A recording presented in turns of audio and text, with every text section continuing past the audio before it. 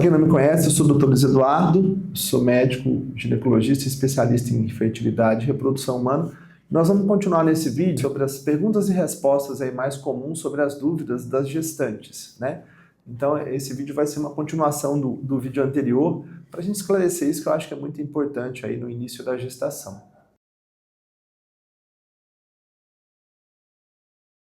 Posso fazer uso de medicamentos estando grávida? Então, isso é uma dúvida muito interessante, né? Porque aparentemente a grávida parece que ela é tipo um ET, que ela não pode usar nenhum medicamento. Isso não é verdade, né? Então, existem vários medicamentos que podem ser usados pela gestante. Lógico que sempre deveria ser orientado, supervisionado pelo médico. Mas medicamentos, por exemplo, para dor, como paracetamol, como a dipirona, né? Medicamentos usuais para enjoos também não tem nenhum risco, né? Medicamentos, por exemplo, para cólica, né? Então existem vários medicamentos, inclusive antibióticos, que eu posso e eventualmente eu preciso ser usado na gestação.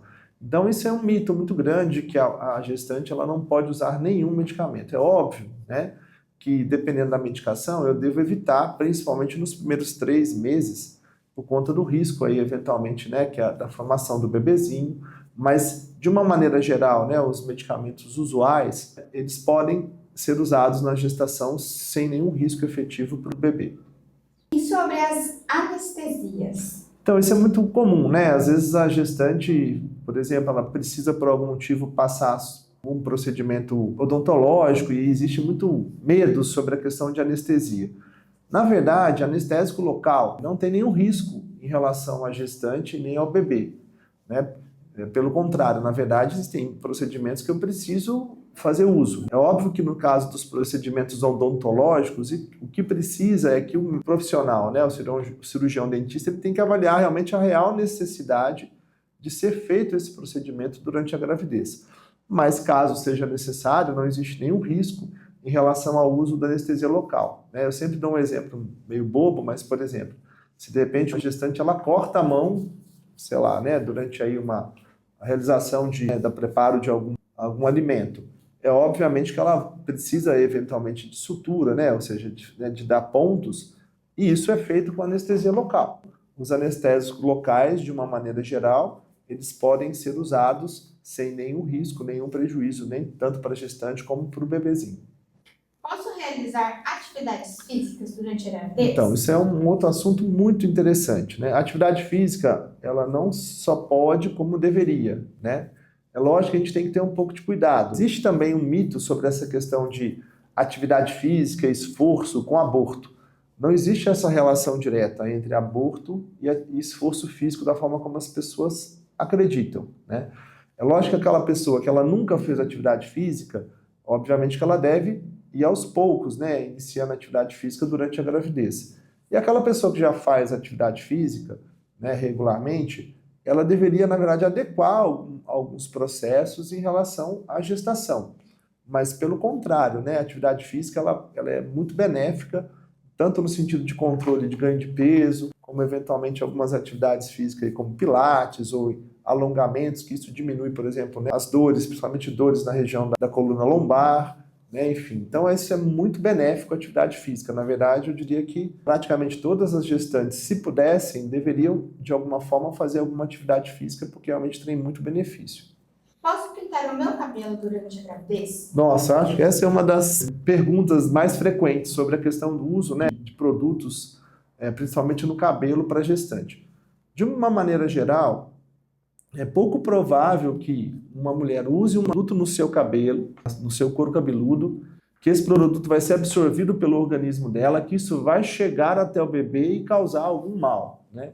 Então, de uma maneira geral, a grande maioria, né, assim, dos produtos que são aplicados na pele ou no cabelo trazem pouco ou quase nenhum risco para o bebezinho, né? Eu sempre falo assim, que o ideal é sempre observar na própria especificação daquele produto, né, cosmético, ele vai ter ali escrito se existe ou não existe alguma restrição para ser usado na gestação. Mas, de uma maneira geral, assim, não tem risco o uso de tinturas, enfim, né? Obviamente, como eu disse, desde que não tenha nenhuma restrição especificamente no produto, né? Eu sempre sugiro assim, se a gente quiser ser muito criterioso, na verdade, como a principal formação do bebezinho aí nas primeiras 12 semanas, então eventualmente evitar, né, principalmente a questão aí da tintura no cabelo, talvez nessas primeiras 12 semanas. Mas depois disso não existe nenhuma restrição formal, pelo contrário, né? Existem estudos mostrando justamente isso, né, que quando eu uso o produto, seja na pele ou no couro cabeludo, é muito pouco provável que essa substância consiga penetrar dentro do organismo da mulher e atingir o bebê.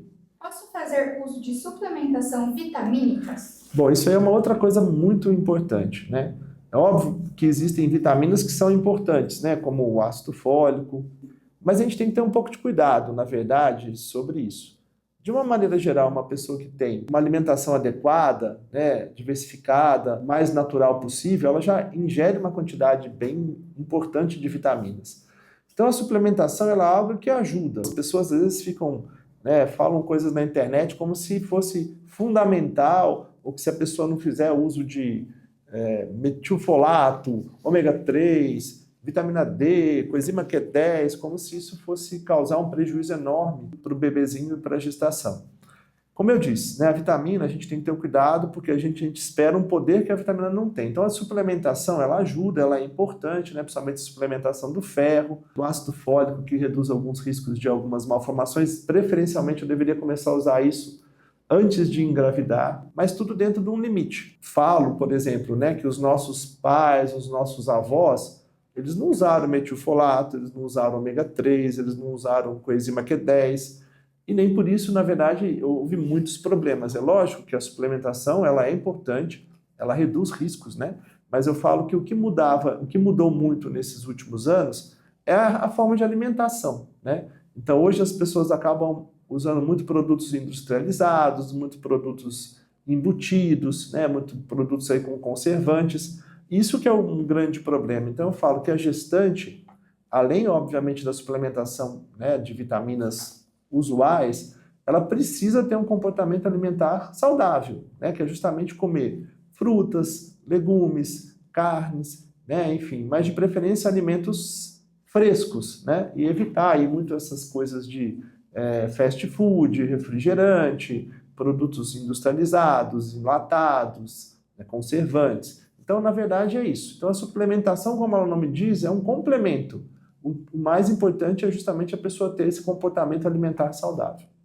Existe algum procedimento estético que não é recomendado para gestante? Então, essa questão da estética é muito interessante. A questão do Botox, né, é uma coisa que ainda existem divergências sobre a questão de ser feito ou não na gravidez. Toxina botulínica, né, poderia estar associado a alguma contração, apesar de que, obviamente, se você vai fazer um procedimento no rosto, é pouco provável que isso chegue até o útero no bebezinho, mas de uma maneira geral deveria ser evitado, né? Agora, outras coisas que eu acho que pelo contrário, é bem benéfico, mas obviamente feito por profissionais adequados, ou seja, que sejam experientes, é a questão de drenagem linfática, por exemplo, né? Isso é uma coisa que ajuda, referencialmente fisioterapeutas, por quê? A drenagem linfática ela não é simplesmente uma massagem que as pessoas fazem, né? Na verdade, ela tem toda uma técnica justamente para você conseguir realmente fazer uma drenagem dos líquidos de forma adequada, né? Uma coisa benéfica desde que seja feita de forma adequada. Outra coisa que tem muita dúvida é sobre depilação, né? Obviamente que não tem nenhum risco você depilar uma gestante, né? As pessoas às vezes ficam com medo, né? No sentido de ser feito algum problema, algum mal. Não tem nenhum problema.